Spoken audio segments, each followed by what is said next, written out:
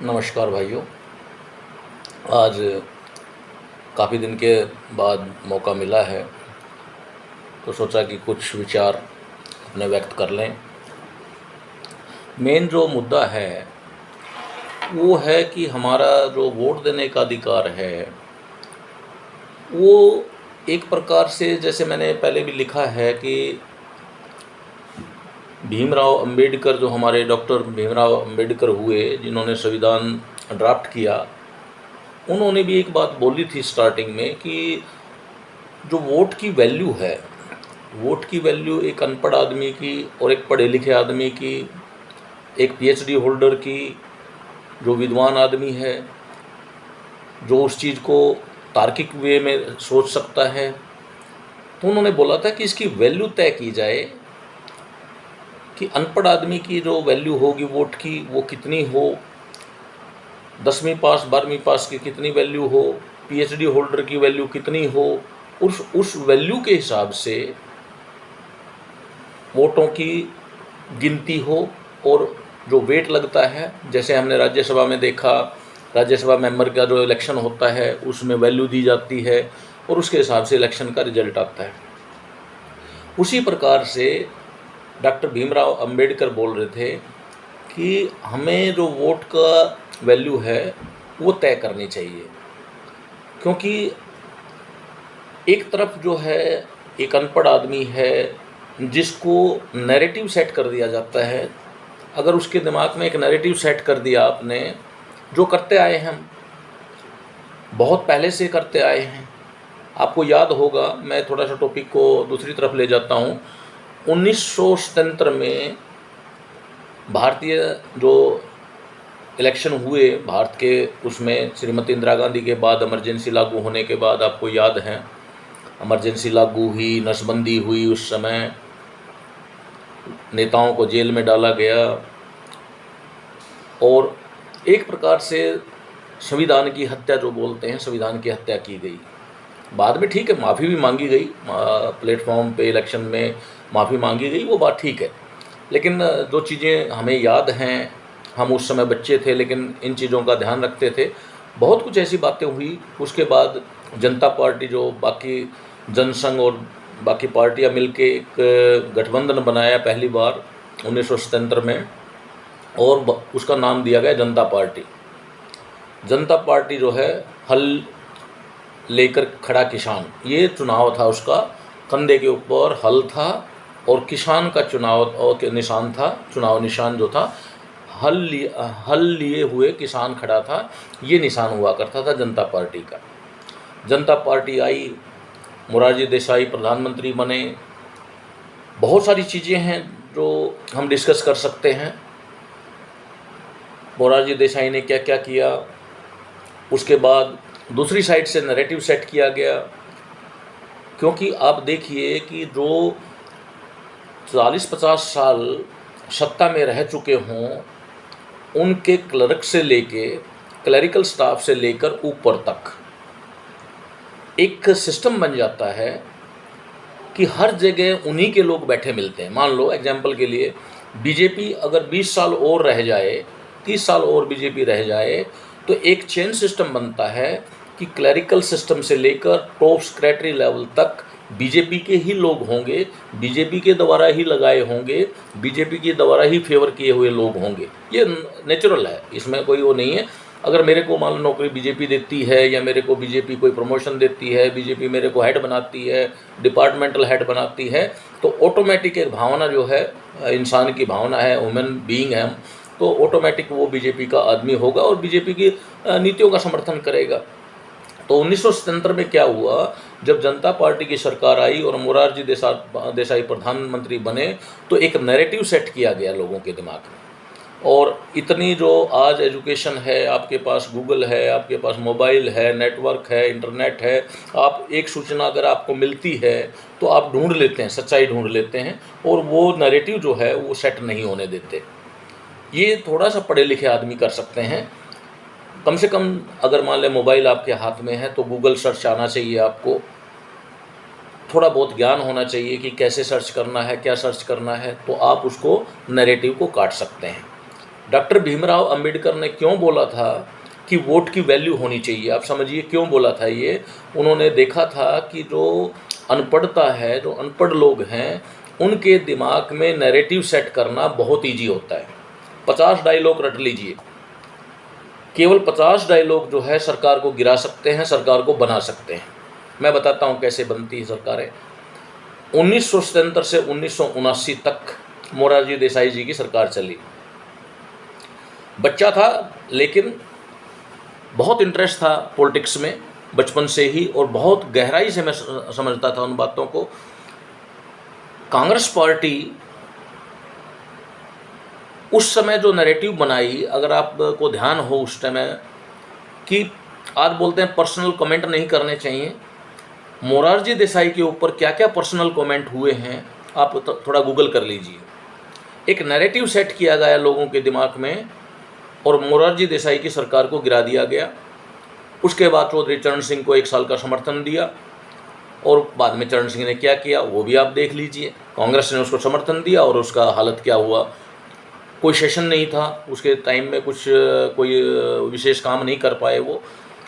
तो वो नैरेटिव की बात कर रहा हूँ मैं कि जो वो 50 साल गवर्नमेंट रही हो तो वो बाहर बैठ के भी एक नैरेटिव सेट करती थी और गवर्नमेंट गिराने का काम करती थी। गवर्नमेंट गिर जाती थी, उसके बाद वो दोबारा फिर पावर में आ गए, और 80 से 84 तक श्रीमती इंदिरा गांधी रहीं, उसके बाद राजीव जी रहे, तो लगभग 10 साल फिर उन्होंने अपनी गवर्नमेंट चलाई।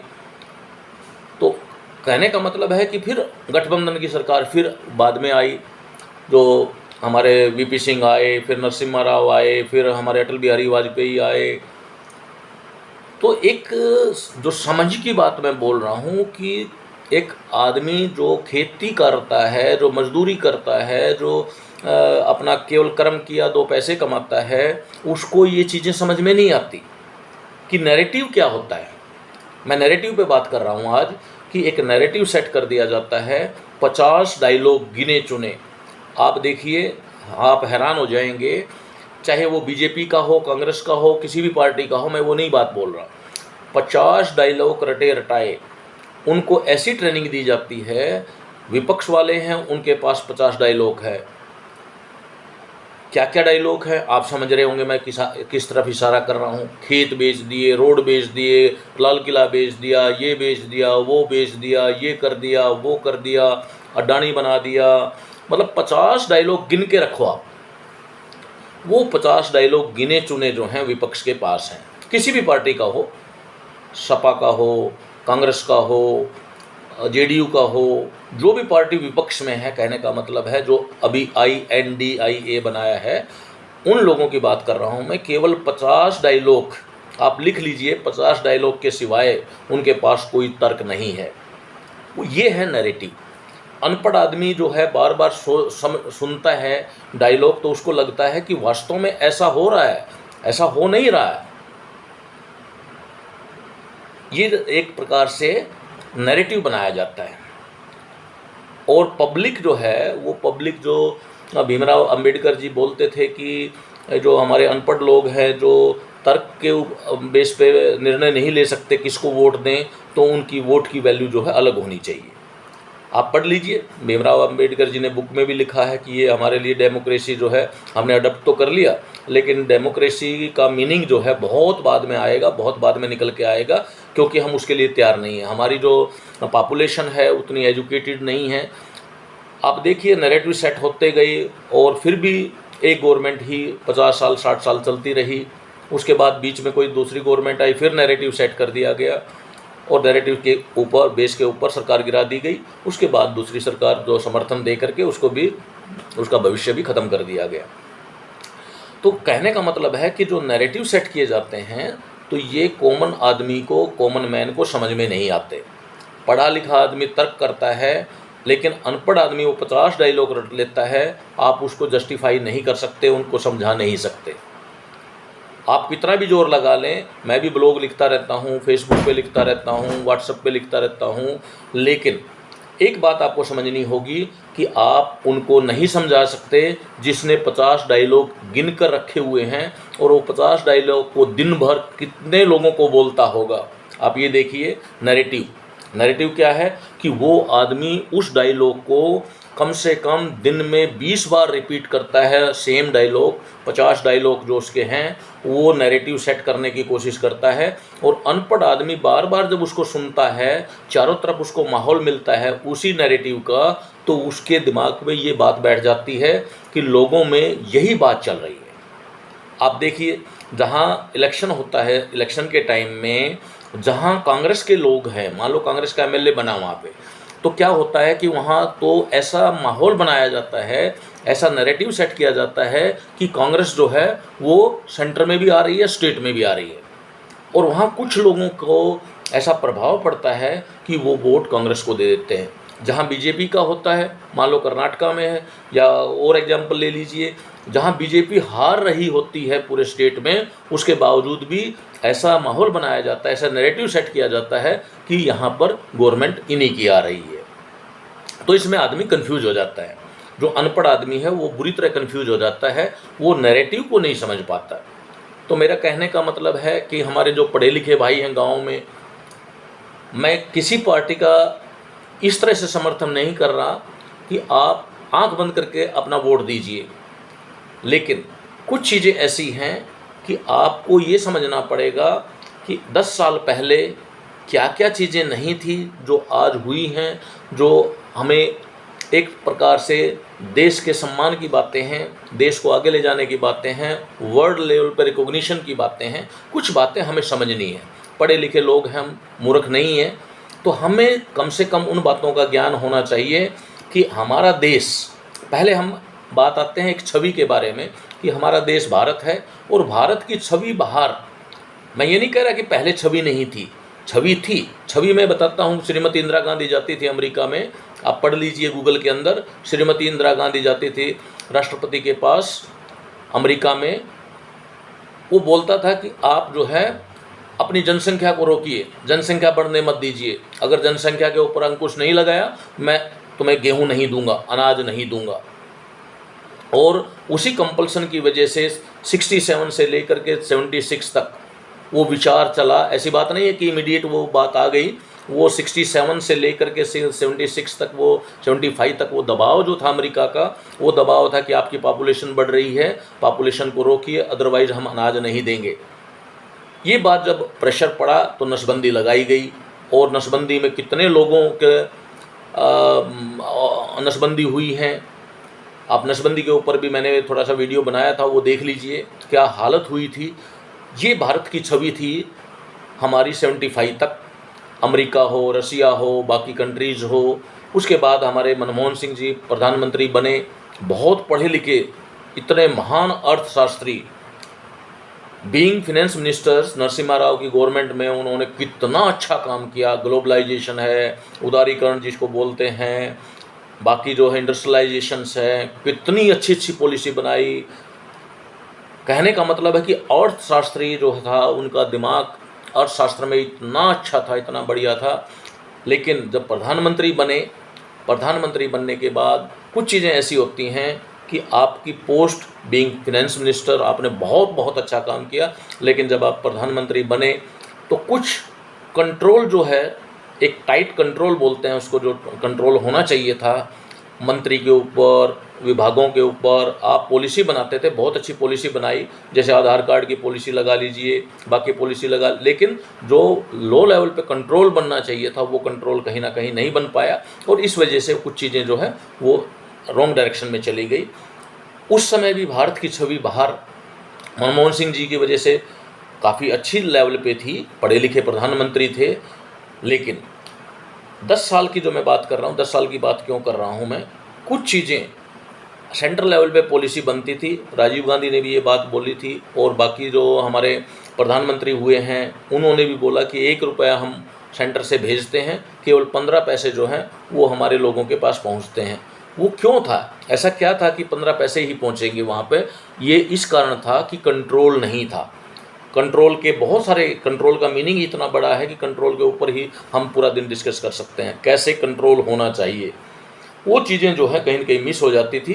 पॉलिसी अच्छी बनती थी, लेकिन मिस होने की वजह से जो धरातल के लेवल पे वो चीज़ें नहीं पहुंचती थी। अब आते हैं आज के समय जो है, मैं क्या बोल रहा था, जो पढ़े लिखे भाई हैं वो मेरी बात का समर्थन करेंगे, और जिसने नैरेटिव सेट कर रखा है, 50 डायलॉग रट रखे हैं, शायद वो कहीं ना कहीं गड़बड़ करेंगे इस बात को समझने में कि मैं बात क्या कर रहा हूँ।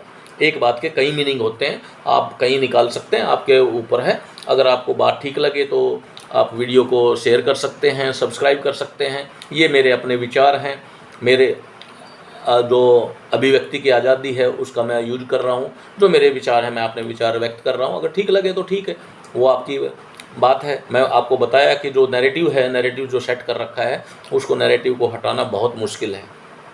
आप देखिए, देश के अंदर एक राज्य जम्मू कश्मीर 370 के ऊपर अभी भी कोर्ट में केस चल रहा है। वो चीज़ें आपने भी देखी होंगी कि कपिल सिब्बल जी वकालत कर रहे हैं उसके ऊपर कि वो ठीक था, गलत था, कैसे था, गवर्नमेंट ने उसको हटाया। एक देश के अंदर 2 संविधान, और उसमें भी जितना पैसा, जितना फंड जाता था, उसका यूटिलाइजेशन कैसे होता था वो देख लीजिए आप।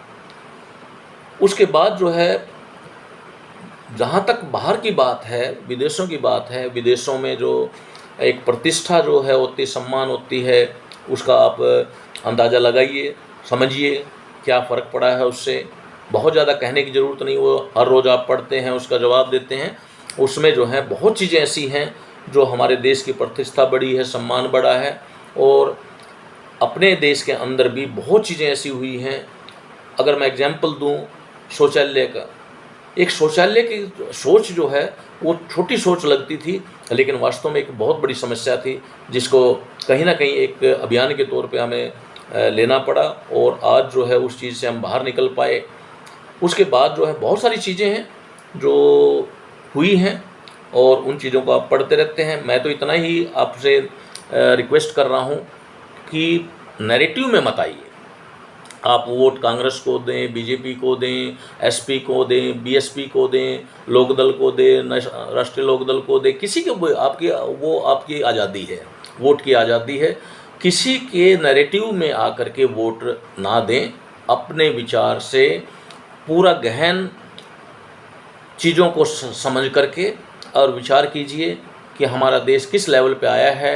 चंद्रयान 3 में साउथ पोल पे, चंद्रमा के साउथ पोल पे आज तक सैटेलाइट और वहाँ पर नहीं पहुँचा है। चंद्रयान 3 जो है हमारा भारत का पहला है जो साउथ पोल पे लैंड किया है।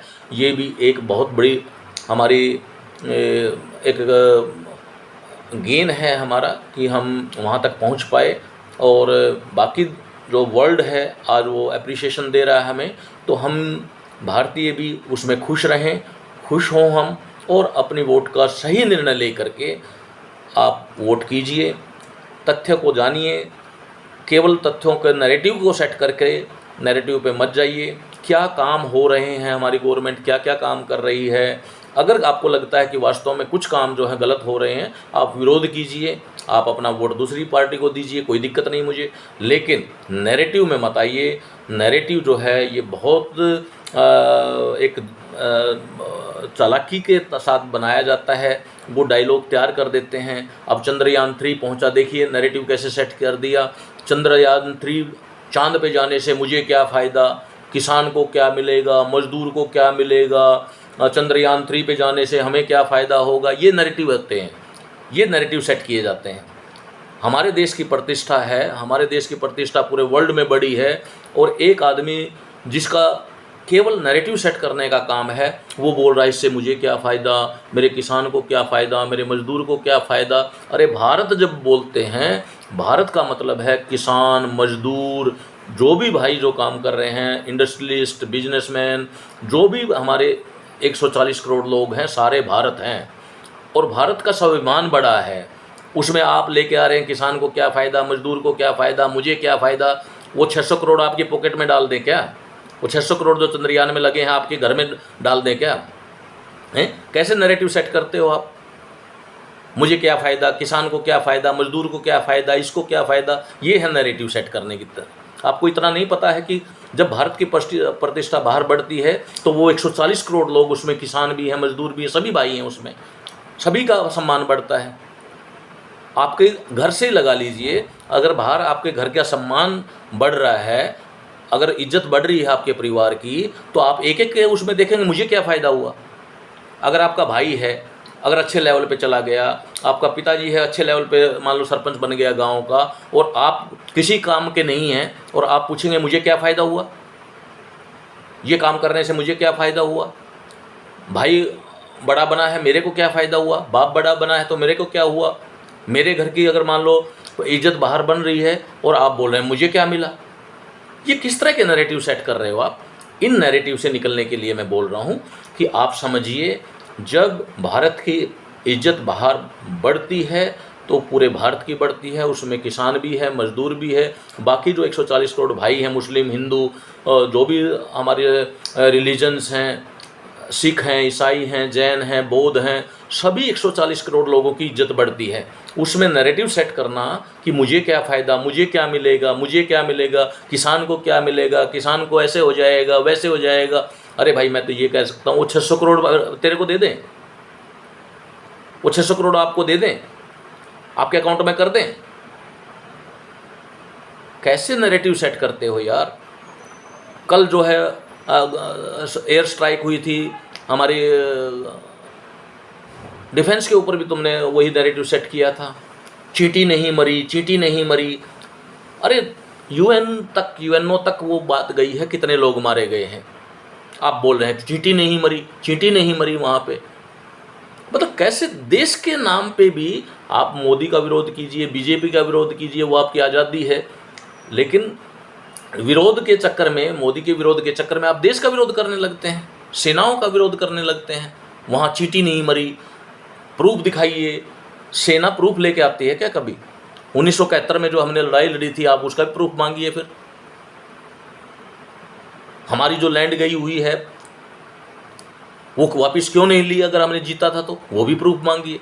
ये नैरेटिव्स क्यों सेट करते हो यार। मेरा कहने का मतलब है कि कन्फ्यूज क्यों करते हो लोगों को। और मैं सभी भाइयों से एक रिक्वेस्ट कर रहा हूँ कि तथ्यों को समझ के आप अपनी वोट कांग्रेस को दीजिए, बीजेपी को दीजिए, किसी पार्टी को दीजिए, लेकिन एक बार तथ्य समझिए कि इस सरकार ने क्या किया है और धरातल लेवल तक देखिए। करने को तो पहली पार्टियां भी खूब काम किया होगा, लेकिन वो धरातल लेवल तक नहीं आता था, वो पॉलिसी में रह जाता था, फाइलों में ही रह जाता था।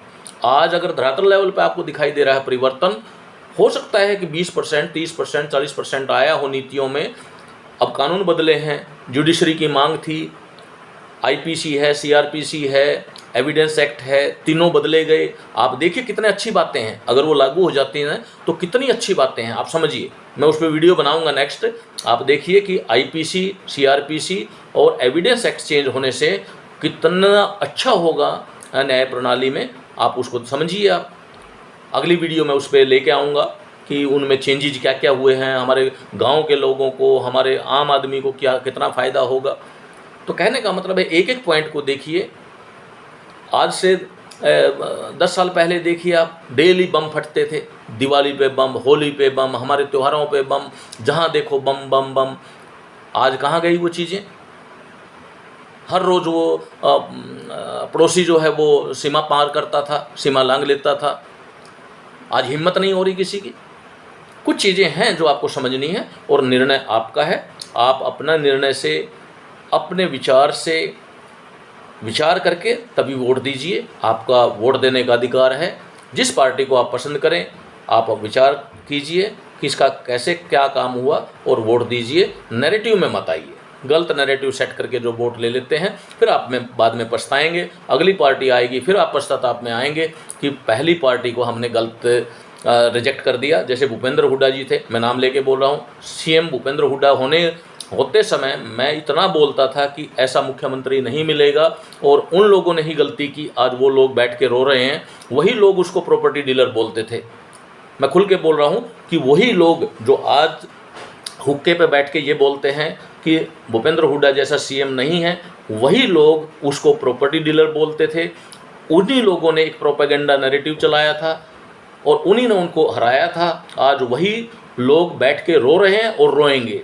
मैं ये भी बोल रहा हूँ आगे भी रोएंगे, रोते ही रहेंगे, क्योंकि उन्होंने इतनी भारी गलती की है कि नैरेटिव सेट करके उस आदमी को सीएम से हटाया और उसके बाद उन्होंने जो काम नहीं करना चाहिए था वो काम किया। उसके बाद उन्होंने देखा कि नैरेटिव में आ गए लोग और भूपेंद्र हुड्डा जी को हटा दिया। उसके बाद आज बैठ कर के वो उन्हीं चीज़ों को रह रहे हैं कि हमारी चौधर नहीं है, हमें कोई पूछता नहीं है। समय आता है सारी चीज़ें समझ में आ जाती हैं। तो मेरा तो आखिरी रिक्वेस्ट ये है कि नैरेटिव में मत आइए, सारी चीज़ें समझ के अपना वोट कास्ट कीजिए। जहाँ भी देना है आपका अपना निर्णय होना चाहिए। धन्यवाद भाई।